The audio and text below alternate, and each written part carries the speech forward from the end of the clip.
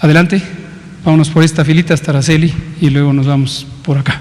Ahora sí le vamos a dar la palabra a Blanca. Muchas gracias, buenas noches. Bianca Aguirre de Notimex TV.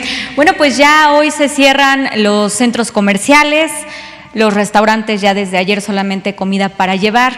Hay gente que, bueno, pues está espantada, no entiende que todavía los supermercados están dando servicio. ¿Qué mensaje le mandan a la población para que no caigan en las compras de pánico? Gracias. Muchas gracias, qué pregunta tan pertinente. Efectivamente, hoy cerraron los restaurantes, la venta de alimentos en la Ciudad de México. Esta no es una medida de disposición general. Hay partes de la República que, atendiendo al criterio general, han tenido otro tipo de conducta que por el momento parece apropiada. Habíamos comentado ya algunos días atrás que la zona metropolitana del Valle de México, por ser la región, como se vio en los datos, que tiene por ahora la mayor carga de enfermedad, también la mayor incidencia acumulada y por lo tanto la mayor fuerza de infección, la mayor inercia de la transmisión, requiere medidas un tanto más enérgicas. Y muy afortunadamente la doctora Sheinbaum, jefa de gobierno de la Ciudad de México, y el gobernador Alfredo del Mazo han tomado un liderazgo muy positivo en empujar estas medidas un poco más intensas. En ese sentido, la población de repente empieza a sentir restricción de su espacio de vida cotidiana. Nosotros mismos lo sentimos. Hoy salimos a intentar comer a la fondita de la esquina y ya estaba cerrada. Tuvimos que conseguir otros medios. Pero no debemos temer, esto es parte del plan, esto es parte de las intervenciones de sana distancia, que en las que, como hemos dicho, somos partes importantes todas y todos quienes vivimos en este país. Este es un esfuerzo colectivo de toda la sociedad y también hemos dejado muy en claro que no se trata de un estado de excepción o un estado de emergencia. No tenemos intención alguna de que eso ocurra, ni tampoco lo consideramos productivo. La ley en México es muy clara cuando contempla en la Constitución las condiciones que podrían justificar un estado de excepción y no tenemos ninguna señal que nos indique que esto sería el caso. Es una medida preventiva, es una medida de mitigación epidemiológica y lo que requiere es lo que hemos dicho, hay que quedarnos en casa. Lo seguiremos insistiendo. El periodo apenas empezó con las nuevas disposiciones y abarca del 30 de marzo hasta el 30 de abril, en el que si todas y todos nos quedamos en nuestra casa, vamos a lograr que disminuya la velocidad de transmisión. Y la consecuencia de que haya menor transmisión, menor número de contagios, a menor velocidad, es que vamos a tener una epidemia más manejable. Dejamos una y otra vez en claro que la epidemia no se va a acabar, no se va a acabar ni de un día a otro, ni de una semana a otro. Hemos planteado también con mucha claridad, hay que estar preparados para una epidemia prolongada. Posiblemente hasta agosto o incluso septiembre podríamos tener todavía una transmisión activa. Pero si en este momento, del 30 de marzo al 30 de abril, nos mantenemos todas y todos fuera del espacio público, contribuimos conjuntamente a tener menos contagios. Y eso es un logro que vamos a tener toda la población. Muchas gracias. Vamos a darle la palabra a ellos tres, luego nos vamos aquí a tres y luego usted. Gracias, buenas noches a profesionales de la salud. Mi nombre es Julián Mar Gómez, soy de Baja California y de 911 Noticias. Este tipo de intervención es una medida que se está tomando en la Ciudad de México, sí, pero ¿cuál sería el otro panorama de intervención? ¿Hasta dónde podríamos llegar? ¿O cuál sería una intervención límite a lo que podría tomar decisiones el Consejo, ustedes especialistas de salud? Esa es por una primera pregunta. La segunda pregunta es, entregué unas recetas al doctor Borge del IMSS, el cual que me dijo que si pondría en contacto con la persona porque no se les ha entregado el medicamento, porque ha tenido bastante batalla, sobre todo por la falta del recurso, y fue la semana pasada y aún no he sabido nada de ello, y nos siguen llegando recetas, no hay medicamentos, no hay la eficiencia, no hay, y las son negativas por parte de cualquier sistema de salud, excepto los privados, obviamente, ¿no? Pero la idea es que si se dice que se tiene un acceso a la salud gratuita y a una atención, que aquí se dice, pues en una realidad es otra. Por por eso yo fui el interlocutor para entregar estas recetas, que aún no ha recibido esa respuesta. Esperaba que estuviera aquí para decírselo, pero al final de cuentas espero que ustedes puedan responder a eso y a la primera pregunta. Gracias. Cómo no, muchas gracias. Creo que su comentario va a ser seguido con especial interés por el doctor Cervantes y por supuesto todos acompañamos como he dicho, entre instituciones para trabajar en equipo, pero le vamos a dar seguimiento. Respecto a cuál es el límite es que logremos reducir la velocidad de transmisión. Hemos dicho también desde el inicio, quizá lo recuerdan, que el abordaje de mitigación lo que implica es el reconocimiento basado en la evidencia científica de que no es posible cortar una epidemia de un día para otro. Sería una mentira quien pretenda salir a la audiencia pública y le prometa que la epidemia se va a acabar en México o en cualquier parte del mundo, pues desde luego no estaría teniendo un reconocimiento claro de la información científica apropiada. Entonces, en este momento las medidas están orientadas a una mitigación muy intensiva. Hemos estimado, de acuerdo a los sectores de la economía y de gobierno y de la sociedad, que la medida de seguridad sanitaria establece que estamos reduciendo la movilidad en el espacio público de cerca de 70 millones de personas. Es decir, es verdaderamente masiva. Una de las contribuciones principales fue la suspensión temporal o anticipada del ciclo escolar, que ahora se extiende además una semana más. Y aquí quiero destacar la oportunidad que hemos logrado aprovechar apropiadamente. El plural no es nosotros en el gobierno, el plural es toda la sociedad mexicana. Creo que debemos sentirnos muy satisfechos de tener esta sociedad tan participativa, tan consciente. Es estimulante ver iniciativas ciudadanas de comunicación, de quédate en tu casa. Hoy me di cuenta que surgió una red COVID-19, es una iniciativa ciudadana análoga a la que operó durante el terremoto de hace unos pocos años, de 2017, de solidaridad ciudadana, que facilita información, recursos, está vigilando el bienestar de unos con otros. Entonces es muy estimulante y por eso precisamente es que vemos completamente fuera de lugar el pensar en que México necesite un estado de excepción, porque ha habido una buena respuesta. Quiero, por ejemplo, felicitar y agradecer también a los empresarios, las personas empresarias de la Ciudad de México, que muy disciplinadamente hoy cerraron todos los centros comerciales, los restaurantes, todos los giros comerciales que el gobierno de la Ciudad de México estableció como relevantes para parar, y lo hicieron en un acto de responsabilidad. Y queremos ver y hemos visto muestras del interés común atendido en forma común para protegernos unos y otros en este sentido. Gracias. Araceli, por favor. Producto ante la pandemia se ha estado comprando productos defectuosos, se le ha comprado a China, es algo que ha trascendido. El gobierno mexicano anunció que también va a comprar productos a este país.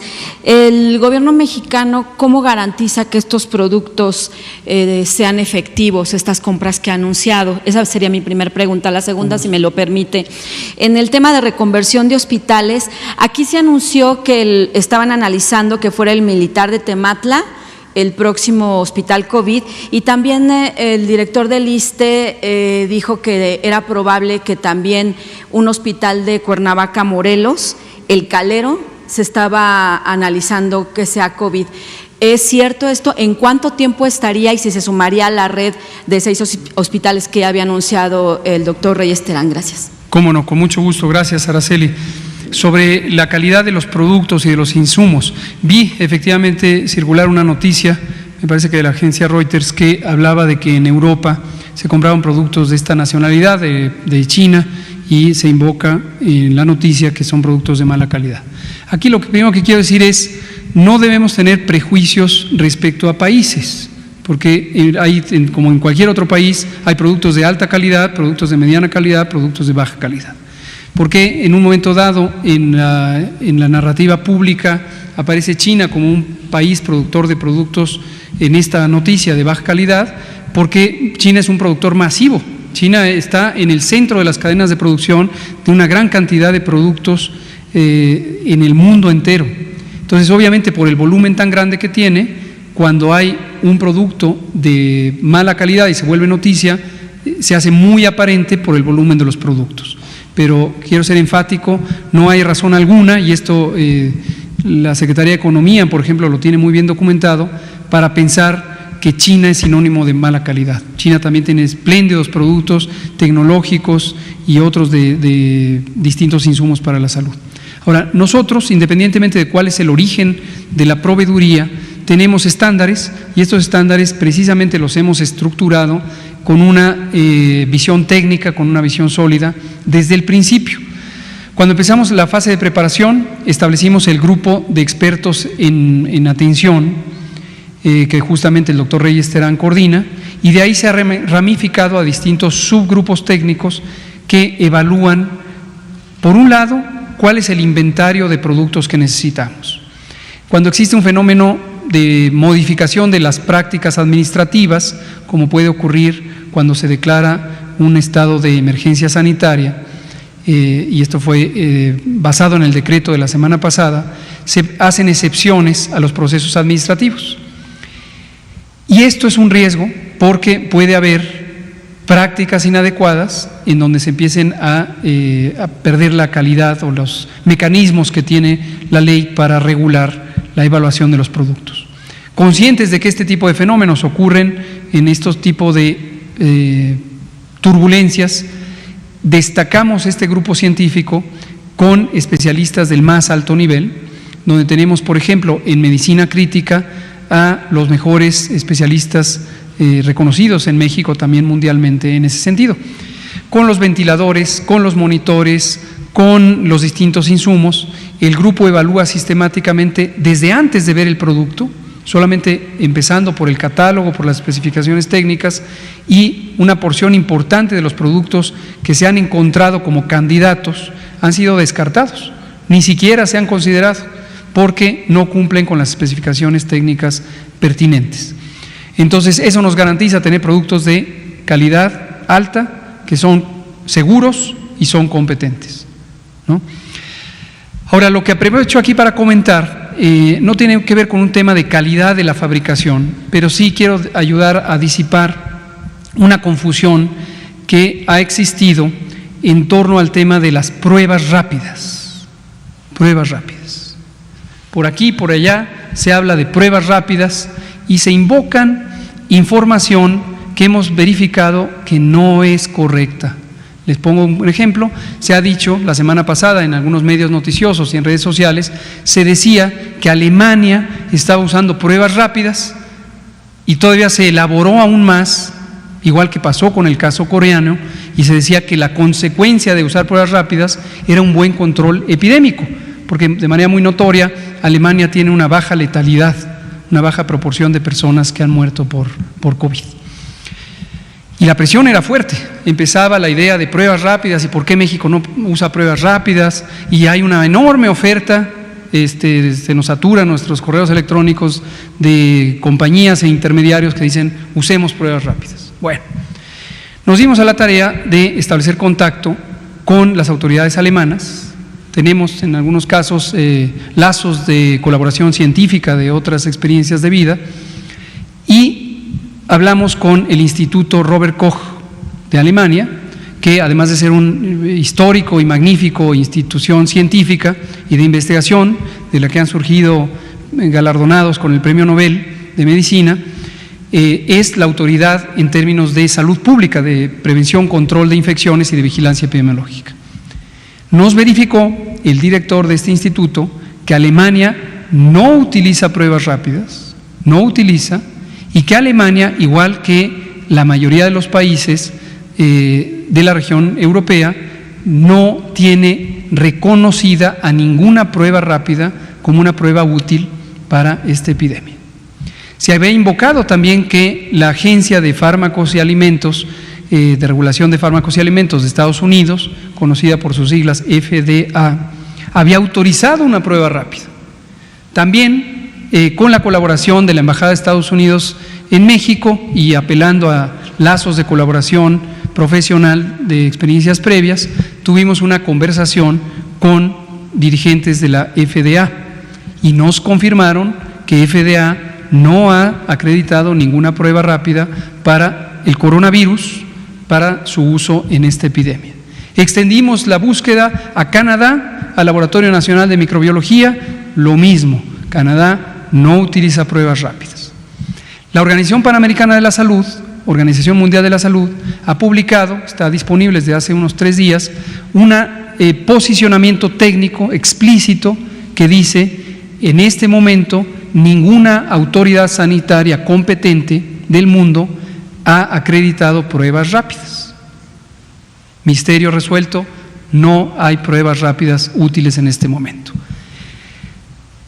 Estados Unidos y el propio presidente de esta nación ha hecho una presentación pública de un producto que se llama Rapid Test. No confundir, lo que él presentó, desde luego no me voy a referir a la marca, es un producto que tecnológicamente es idéntico en términos del mecanismo de la prueba, es la reacción en cadena de la polimerasa, que es el estándar diagnóstico que usa México y que usa la mayoría de los países y que recomienda la OMS. No es una prueba rápida.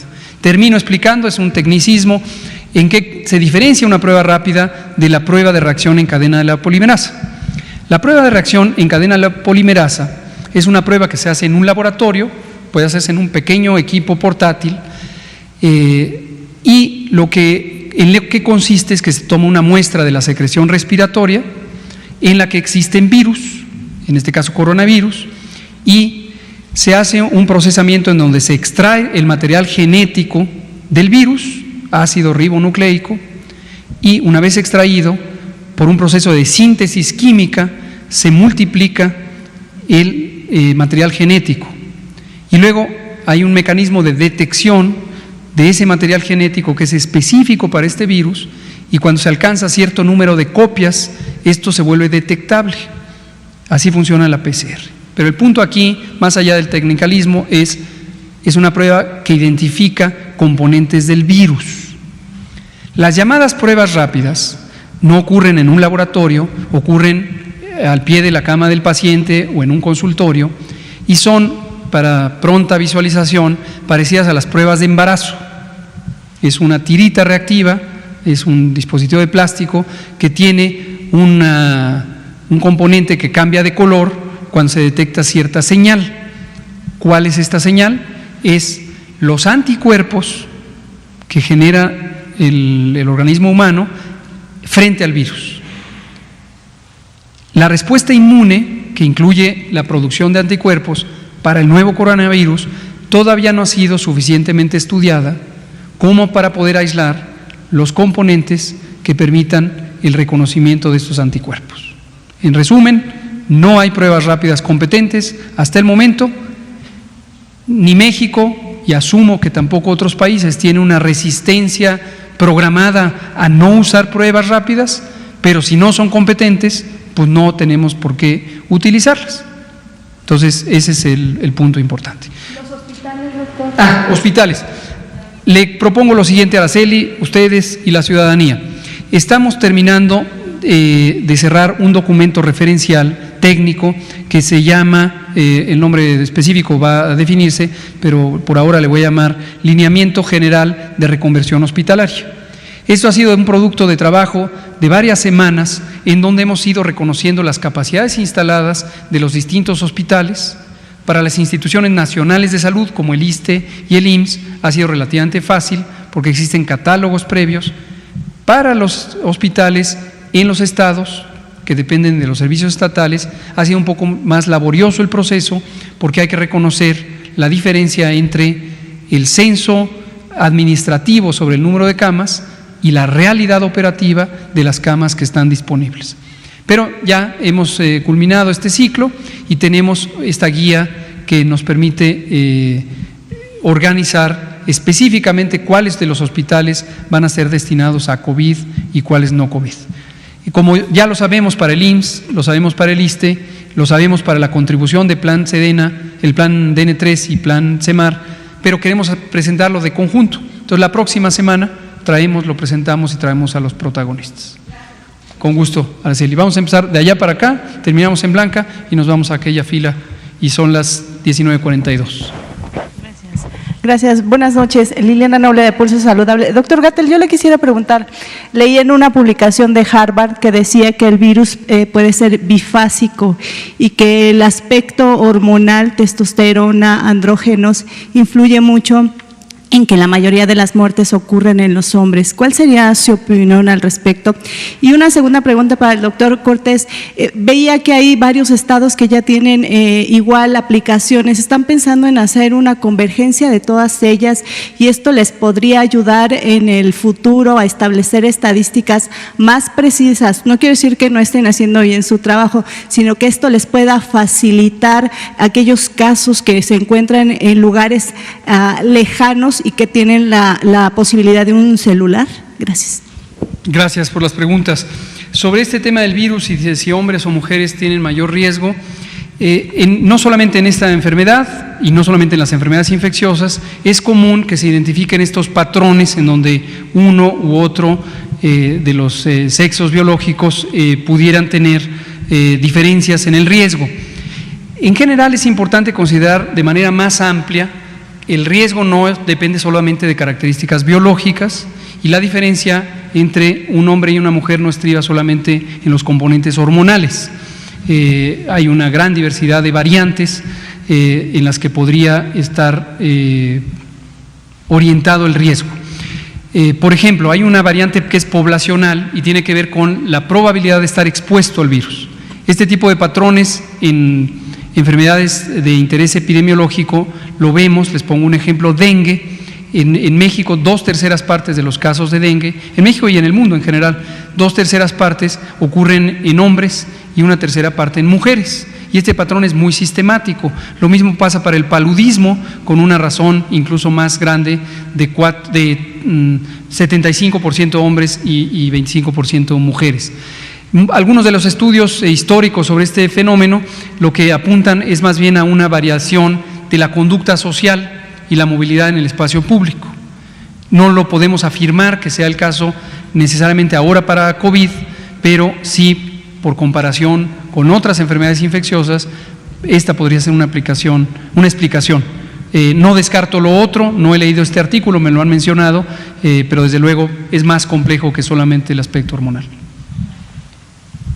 Gracias. Sobre el uso de las aplicaciones en diferentes entidades o estados de la República, definitivamente vamos a estar en contacto, estamos en contacto todos los días con ellos para saber qué información cada una de las aplicaciones recoge, y definitivamente esto funciona pero muy bien y de forma muy interesante para reconocer a aquellos que por cualquier situación no acude a los servicios de salud porque o no lo cree conveniente o porque está siguiendo la recomendación de que si comienza con alguna sintomatología y no muestra datos de gravedad y no requiere de la atención médica, entonces a través de la aplicación nos notifica, digamos, de su sospecha.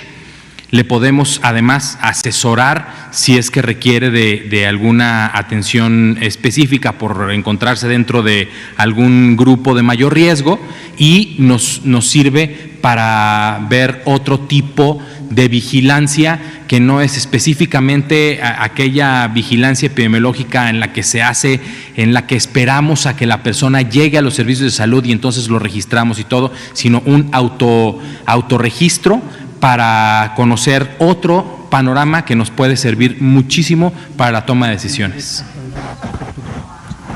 ¿Código infarto? ¿Algo así? ¿Más o menos? Digo, en el sentido de tener un mecanismo de identificación del caso que requiere o no atención, sí es análogo a código infarto. Código infarto, para quien no está familiarizado con esto, es un protocolo de orientación de una serie de pasos para que la población que presenta un infarto, es una analogía, COVID no causa infartos, pueda tener un acceso anticipado a la orientación médica. Entonces, en este sentido sí, y aquí quiero también comentar la importancia de este tipo de aplicaciones para la fase 3. Como hemos dicho, uno de los retos principales para la fase 3 es que no se saturen los hospitales. El problema principal ocurriría si se saturan las terapias intensivas, pero también si se saturan las camas de hospitalización general, pero también si se saturan los servicios de urgencias. Dada el comportamiento de COVID, en donde 8 de cada 10 tienen una enfermedad leve que se resuelve espontáneamente, no queremos que los hospitales y las consultas de urgencias se saturen con personas que médicamente no necesitan una atención tan relevante como si lo necesita alguien que tuviera riesgo de complicarse o signos de complicaciones. Lo que no quiere decir que haya preferidos o no preferidos. Todas las personas, todas hombres y mujeres que vivan en México tienen derecho a la protección de la salud, es un derecho constitucional. Entonces todo mundo merece atención, pero para fines de hacer eficiente la atención y dado que se conoce ya el comportamiento de la enfermedad, estas aplicaciones se vuelven un instrumento auxiliar que expande la capacidad de la atención de salud, empezando por la orientación y también por la oportunidad de tener un mecanismo de alertamiento de las personas enfermas hacia el sistema de salud. En la propia aplicación, como se mostró, está el número de atención 800-0044-800, 800-0044-800, el número en donde la ciudadanía puede resolver sus dudas, ser orientado, etcétera, ¿no? Vámonos con las últimas dos preguntas.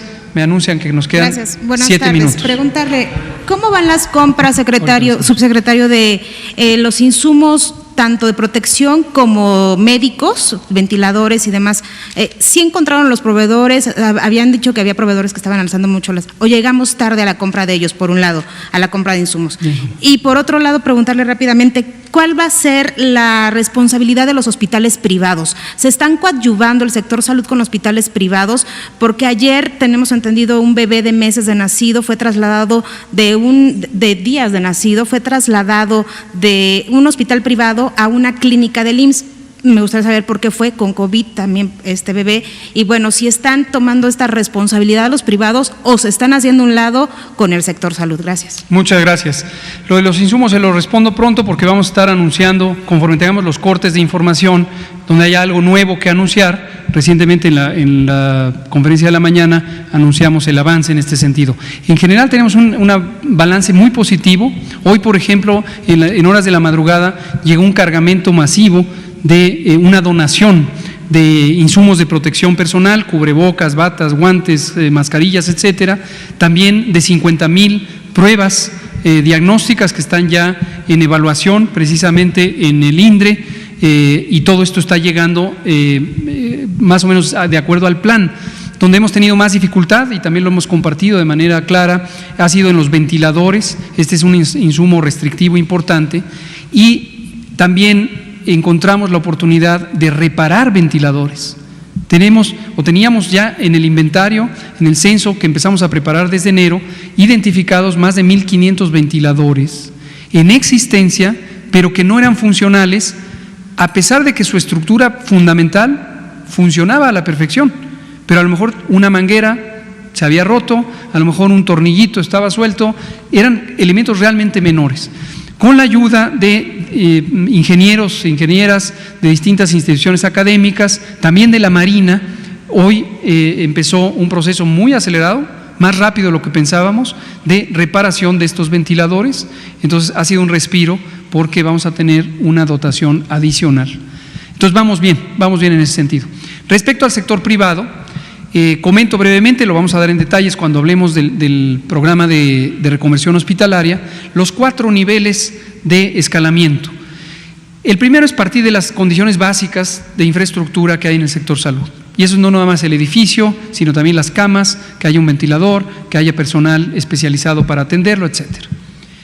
Esa infraestructura se puede optimizar, se puede hacer más eficiente su uso cuando existen algunos protocolos de reorganización interna, sin que se modifique la estructura del hospital. Esa es la fase 1.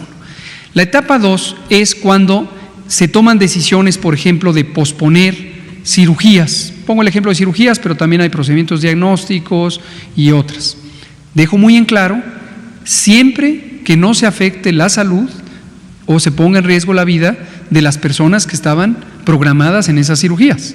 Pero médicamente hay muchísimas intervenciones que si no ocurren hoy y ocurren en 3 meses, no cambian sustancialmente la situación de la persona destinada a recibir ese servicio.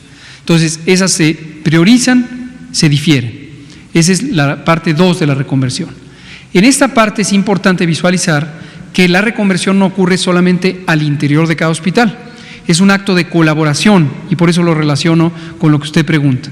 En esa colaboración se están formulando acuerdos de intercambio de servicios entre las instituciones de seguridad social, el ISSSTE con el IMSS y viceversa, y también de estas con los servicios estatales de salud. Y esto requiere este marco jurídico para que haya certidumbre legal y administrativa.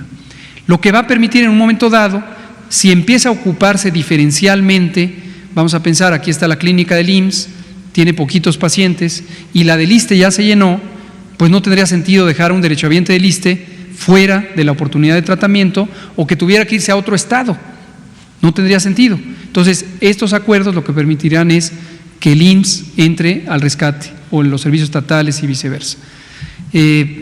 La tercera fase es la utilización de infraestructura originalmente no programada para su uso, pero que permite expandir físicamente la capacidad. Ya hemos dicho, no me extrañaría que en algún momento en la fase 3 lo viéramos operando, lo dejo asentado desde ahorita para que nadie se asuste. Hospitales inflables, hospitales de campaña, hospitales móviles. Estos son equipos de alto rendimiento, no es improvisar una lona y 2 palos, son equipos especializados que se despliegan, por ejemplo, en el estacionamiento de un hospital o en una plaza pública, de manera programada para atender sobre todo las hospitalizaciones que requieren menor tecnología y entonces desocupar camas que sí tienen la tecnología. A nadie debe extrañarle que eso pudiera necesitarse. Si no se necesita, pues qué bien, pero estemos preparados para ello. Y la tercera, de hecho son más etapas. La siguiente etapa es la utilización de infraestructura privada.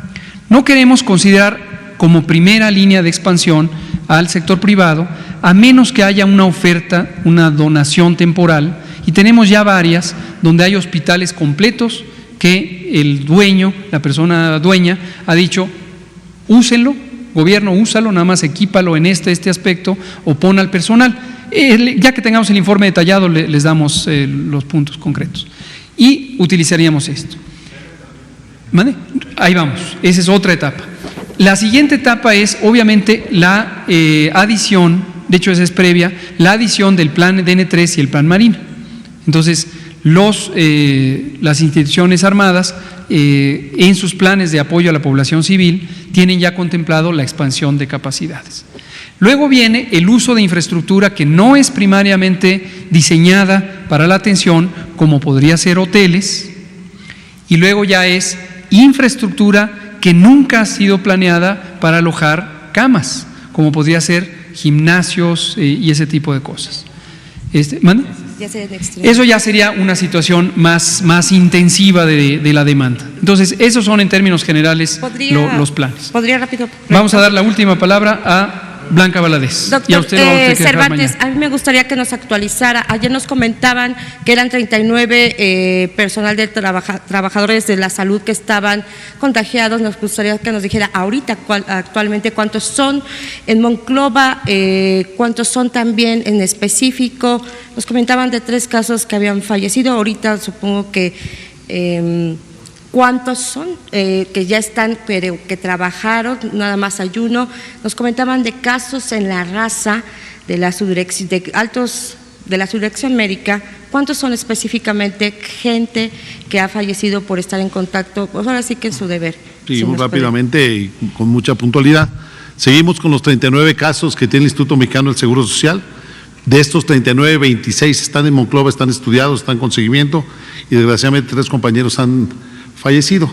A la doctora infectóloga jubilada de la raza, pues es la última fallecimiento que tuvimos.